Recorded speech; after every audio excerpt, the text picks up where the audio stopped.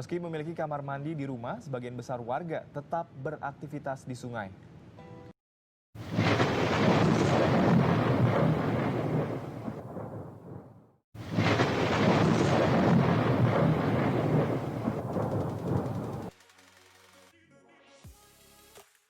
Lingkungan yang buruk terjadi karena lingkungan yang tercemar. Ada dua faktor yang menyebabkan lingkungan tercemar.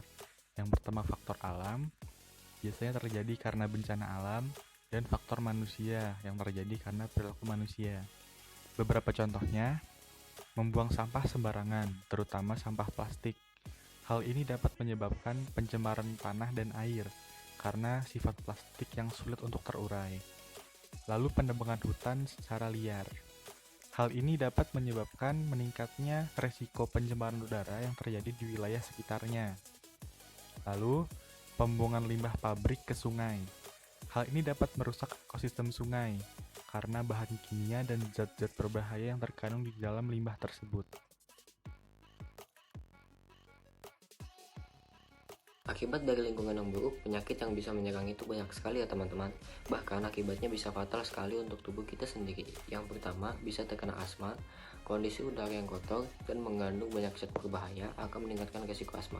Zat asing yang masuk ke saluran pernapasan akan mengganggu kelancaran proses bernapas. Akibatnya, Anda rentan terkena asma.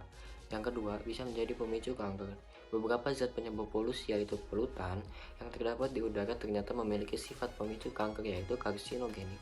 Kemudian, ada penyakit lain seperti tipes, gangguan kesehatan jantung, penurunan fungsi hati dan ginjal, diare, dan yang terakhir adalah hepatitis A. Agar tidak terjadi kondisi sanitasi lingkungan yang buruk, kita harus melakukan upaya sanitasi lingkungan yang baik agar tercipta kehidupan yang sehat. Upaya tersebut adalah: pertama, kelola sampah dengan prinsip 3R. Kedua, rajin bersihkan selokan agar tidak tersumbat. Ketiga, membuang sampah tepat pada tempatnya. Yang keempat, penempatan septic tank yang benar.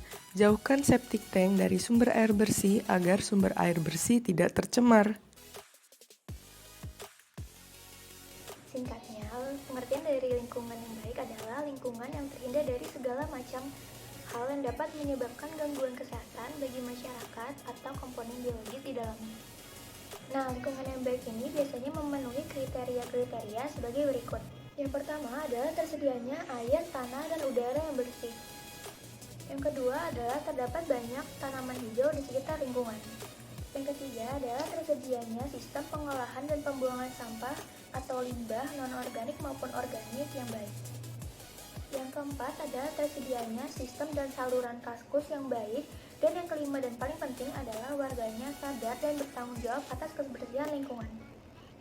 Mari bersama berperan aktif Menjaga sanitasi lingkungan Untuk Indonesia yang lebih bersih, sejahtera, sehat, dan nyaman.